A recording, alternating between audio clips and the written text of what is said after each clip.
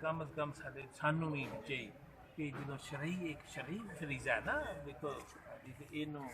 थोड़ा जिहा बदनाम होया पैसे ला के बदनाम होया जी पैसे ला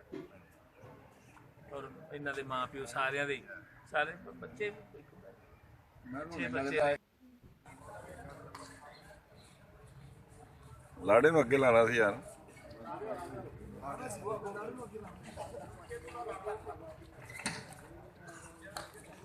एक मिनट दाखिल ना